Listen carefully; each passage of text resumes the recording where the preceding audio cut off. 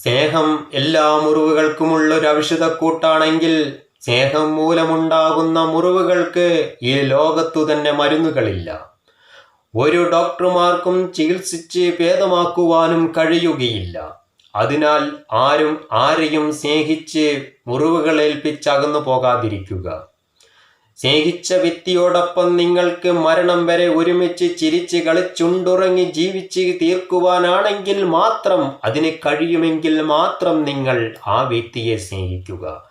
അല്ലാതെ പാതി വഴിയിൽ പിച്ചിച്ചിന്തി മുറിവുകളേൽപ്പിച്ചിട്ടിട്ട് പോകുവാനാണെങ്കിൽ ഒരിക്കലും നിങ്ങൾ ഒരാളെയും ആത്മാർത്ഥമായി സ്നേഹിക്കാതിരിക്കുക. വാഗ്ദാനങ്ങൾ കൊടുക്കാതിരിക്കുക. വാഗ്ദാനങ്ങളും ഒത്തിരി പ്രതീക്ഷകളും കൊടുത്തുകൊണ്ട് നിങ്ങൾ പാതി വഴിയിലിട്ടിട്ട് പോകുമ്പോൾ ആ വ്യക്തിക്കുണ്ടാകുന്ന വേദനയും മുറിവുകളും ഒരിക്കലും ഉണങ്ങുകയില്ല. ആ വ്യക്തിയുടെ മരണം വരെയും അതുണ്ടാകും.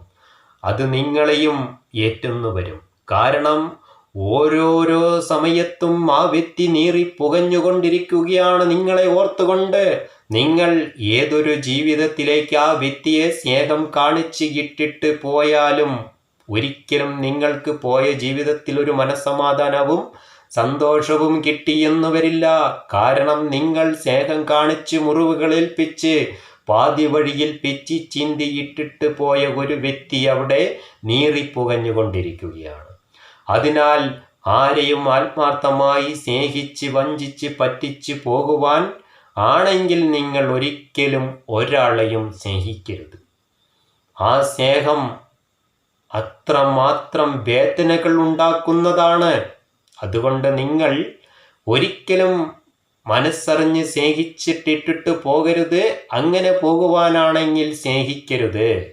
ജീവിതാവസാനം വരെ ഒരുമിച്ച് ആ വ്യക്തിയോടൊപ്പം നിങ്ങൾക്ക് ജീവിച്ച് തീർക്കുവാൻ കഴിയുമെങ്കിൽ മാത്രം സ്നേഹിക്കുക. സന്തോഷകരമായി കുടുംബജീവിതം ഒരുമിച്ച് ജീവിക്കുക.